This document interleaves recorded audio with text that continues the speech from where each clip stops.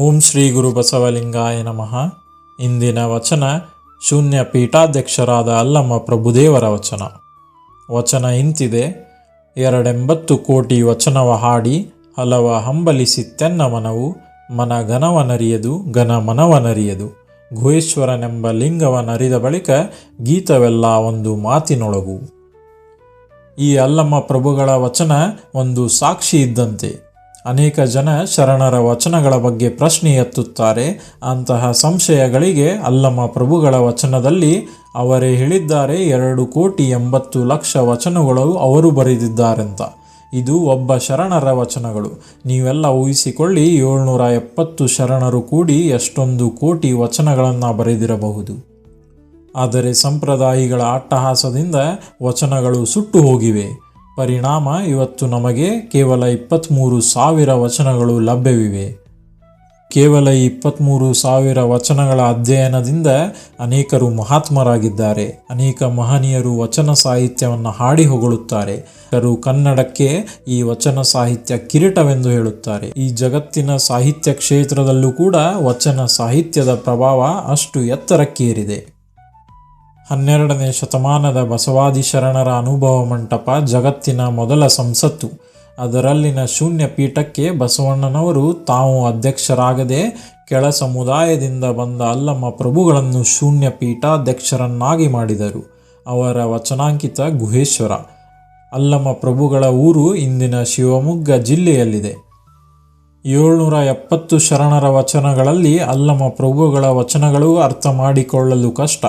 ಅವರ ವಚನಗಳನ್ನು ಬೆಡಗಿನ ವಚನಗಳೆಂದು ಹೇಳುತ್ತಾರೆ. ವಿಜಯಪುರದ ಲಿಂಗೈಕ್ಯ ಸಿದ್ದೇಶ್ವರ ಸ್ವಾಮಿಗಳು ಈ ಬೆಡಗಿನ ವಚನಗಳನ್ನು ನಿರ್ವಚನೆ ಮಾಡಿ ಒಂದು ಸಂಪುಟವನ್ನೇ ಪ್ರಕಟಿಸಿದ್ದಾರೆ.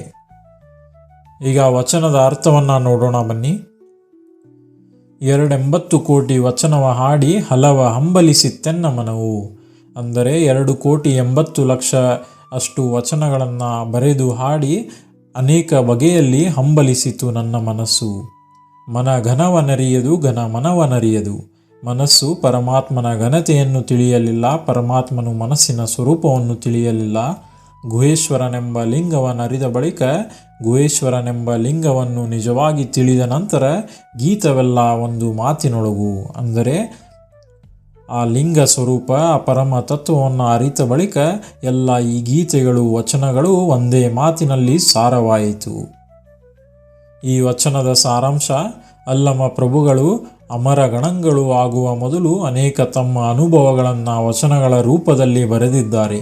ಅವರು ಹೇಳುವುದೇನೆಂದರೆ, ವಚನಗಳನ್ನು ಓದುವುದರ ಜೊತೆಗೆ ಅವುಗಳ ಸಾರಾಂಶವನ್ನು ಅರ್ಥ ಮಾಡಿಕೊಳ್ಳುವುದು ನಿಜವಾದ ಅನುಭವದ ಹಾದಿ.